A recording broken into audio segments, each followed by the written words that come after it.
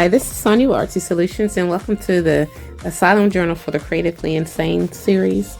And so I want to show you how I started making the cover. Like, we already know that this is going to be the primary part of the cover, and I made this last year, but I need to complete it, and so I need like another portion that's going to go inside of here.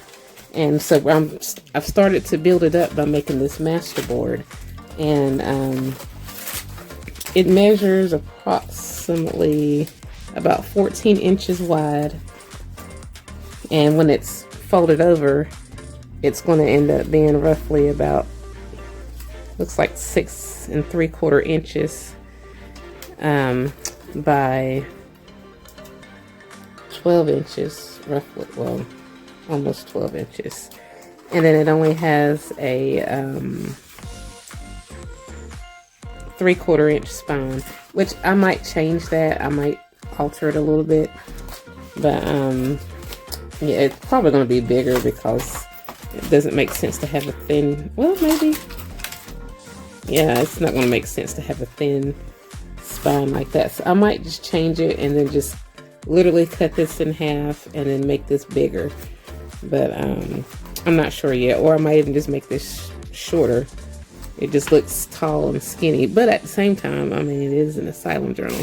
And then I made these, I did a little experimenting with the photo paper and the alcohol inks on both of these, and I used the stencil, the brick stencil, and on both, and then I decided to add some grit paste on this one right here, along with some oxide sprays, and that's why it has some of the other like foggy kind of colors on there compared to this one.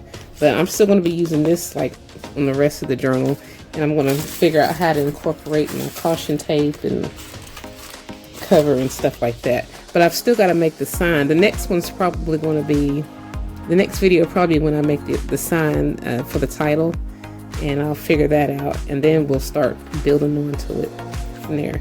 But this is what I have, so let me go ahead and show you how I made it. Okay, so here I'm taking some photo paper and some alcohol inks, and I'm using espresso, stream, is it stream? Yeah, stream, espresso, and sepia, and Valencia. And I'm using some regular alcohol along with it, and the stencil that I got, I think I got it from like Temu or somewhere, I'm not real sure. But I'm just kind of tapping on some of the alcohol mixture, and then I'm coming back with it through with some of the actual alcohol inks, and then I'm just kind of letting it fall through, and then I'm just going to see if I can get like a mirror image of it. And this is a little bit different from how Brenda did hers, but I'm just adding my own little kick to it, my own little spin on it. But this is more like how she did hers, when she put the inks on it and then the alcohol, and then just kind of let it fall wherever it was going to fall, and then try to get the mirror image. But yeah, I think I added a little too much ink, so mine is a little bit too dark. But I'm still going to use it and do something with it.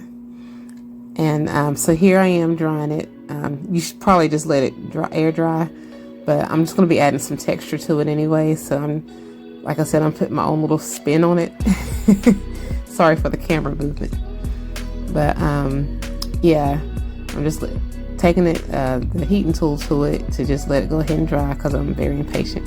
So now I'm adding some grit paste, Snowfall, taking that same stencil, and we're just going to add a little bit of texture on there. And because I'm going to be using this probably on part of the cover, I'm not real sure how I'm going to do it yet, but that's my goal. So we're just going to, I just want to get like little bits and pieces of it to make it look like the wall of the building that I'm wanting to create for the Insane Asylum journal. So now I'm taking some Distress Oxides inks, Walnut Stain, and Vintage Photo, and I just added some water to it, and it kind of has a chalky look to it. I'm not real thrilled about it, but I decided to go ahead and dry it with the heating tool, because the heating tool added like gave it a little bit extra texture, along with the bubbles that were created when drying it. So now I'm making the masterboard, and I'm just taking some scrap papers and gluing them together using the glue stick. And then I'm going to come back through with some more scrap papers, and I'm going to use some Mod Podge and just like decoupage them on, using different patterns, colors, different, you know, just different scraps and stuff. Notebook paper, not notebook paper, but like old book pages and whatever, you know, old paper bag, stuff like that. So, and I'm just collaging them on just randomly, no rhyme or reason.